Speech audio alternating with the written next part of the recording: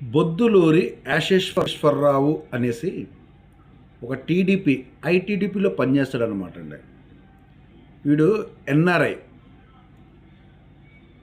నారా లోకేష్ గారికి కూడా ఒక బినామీ అనుకుంటా, అది డౌటు, బినామీ అని నేను అనుకుంటున్నాను. ఎవరికన్నా తెలిస్తే కామెంట్ చేయండి please. Vijayawada lockup death Saikrishna విషయంలో ఈ బొద్దులూరి యాషేశ్వరరావు ఏమంటున్నాడంటే,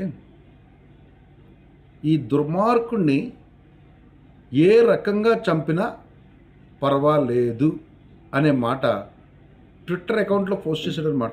ఈ దుర్మార్గుడు రౌడీ షీడర్ అంట. ఆ రౌడీ షీడర్ని ఏ రకంగా చంపినా పర్వాలేదు అని ట్విట్టర్ అకౌంట్లో పోస్ట్ చేశాడనమాట.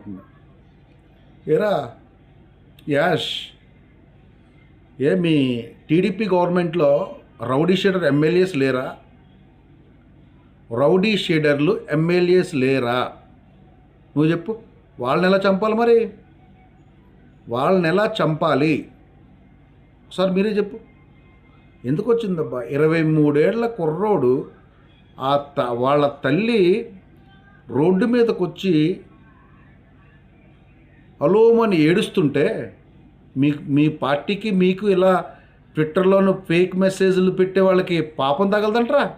యాష్, పాపం తగలదా అంటున్నా. ఆ తల్లి ఏడుపు మీకు తగలకుండా ఉంటుందంటావా? అంటే 23 కేసులు ఉన్నాయంట ఆయన మీద. ఓకే, ఉన్నాయి. చంపేయడానికి మీకు ఎవరిచ్చారబ్బా? మీ గవర్నమెంట్కి ఎవరిచ్చారబ్బా అధికారం? కోర్టులు లేవా? జడ్జిలు లేరా? న్యాయస్థానాలు లేవా? ఎవరిచ్చారు మీకు అధికారం? కొట్టేసి చంపే అధికారం ఎవరిచ్చారు?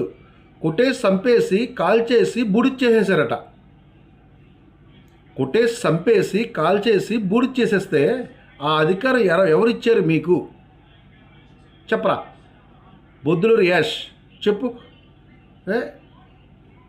ఎక్కడో యుఎస్లో కూర్చొని ఇక్కడ ఎలా జరుగుతుందో ఏంటన్నది అంత నెట్వర్క్ పెట్టుకున్నావు కదా.